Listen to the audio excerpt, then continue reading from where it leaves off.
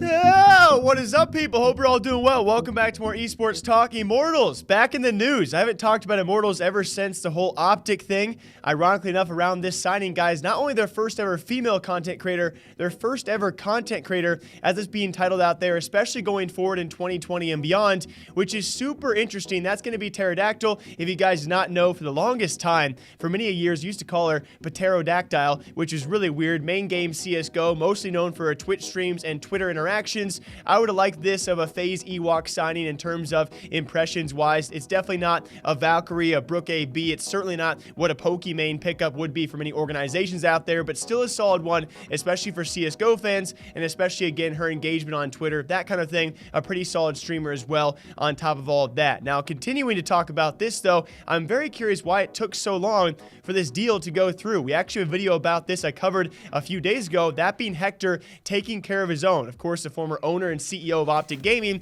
many of his former creators and Call of Duty members and other members as well have now been signed to his new organization that he co-CEOs with as well, and that's going to be NRG. Now all of a sudden, Pterodactyl going to what could be considered competition and the old OpTic in some sort of weird sense, as Immortals Gaming Club did take over Infinite Entertainment, who took over OpTic. Ever since then, of course, they kind of ran that into the ground, but it's really weird all of this to take so much time, especially we've seen many content creators go to NRG or go elsewhere who were formerly of OpTic. Pterodactyl is one of the last to go. I will say it though, a pretty solid pickup, very well known, I would say, in terms of female CS out there, and occasionally has some pretty viral clips as well. A very solid pickup, and certainly going to be weird to see, you know, a former OpTic member, formerly of Dignitas as well, and now going to Immortals to be their first ever content creator, which, by the way, is certainly not the route they have been going. Over the past year, Immortals has just been buy big buy. I mean, we saw the first ever triple figure, we could say, at acquisitions in esports was when they actually bought up Infinite Entertainment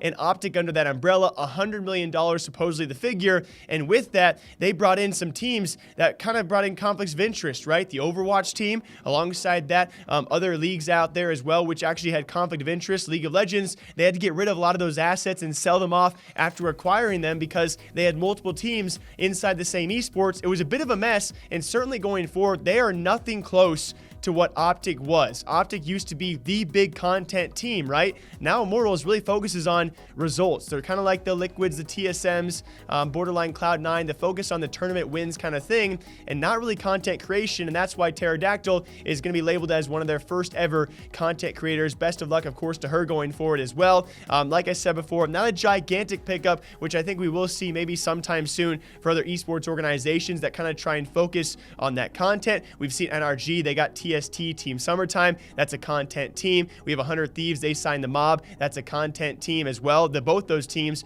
doing very well going forward, and I'm especially curious because, you know, Pterodactyl might be a weird signing to a lot of people out there. We've also seen the likes of Censor, Embos, Maniac all get signed to COD teams for content, even though they don't really upload too often. I think Censor obviously has the best chances of all those players to actually compete as well alongside making content. So there have been many weird signings when it comes time for content creators. Now Immortals joins the list with their first ever. Now all I gotta say, if Immortals is watching though, you know, last time I covered them before the big acquisition, if you guys could also pay some of your other former OpTic members, that being currently a part of the Houston Outlaws. I think there's actually a manager and a former player as well who are not being paid or have not been paid, so maybe get on that. Very lastly, when it comes time to relating this to other points out there in terms of female content creation, I would like to see Gen G take a stab, to be honest. Pterodactyl, again, known for CS, comes from Dignitas, mainly known for OpTic and the Green Wall. Why not Gen G, though? They are widely known as having the biggest field of female streamers.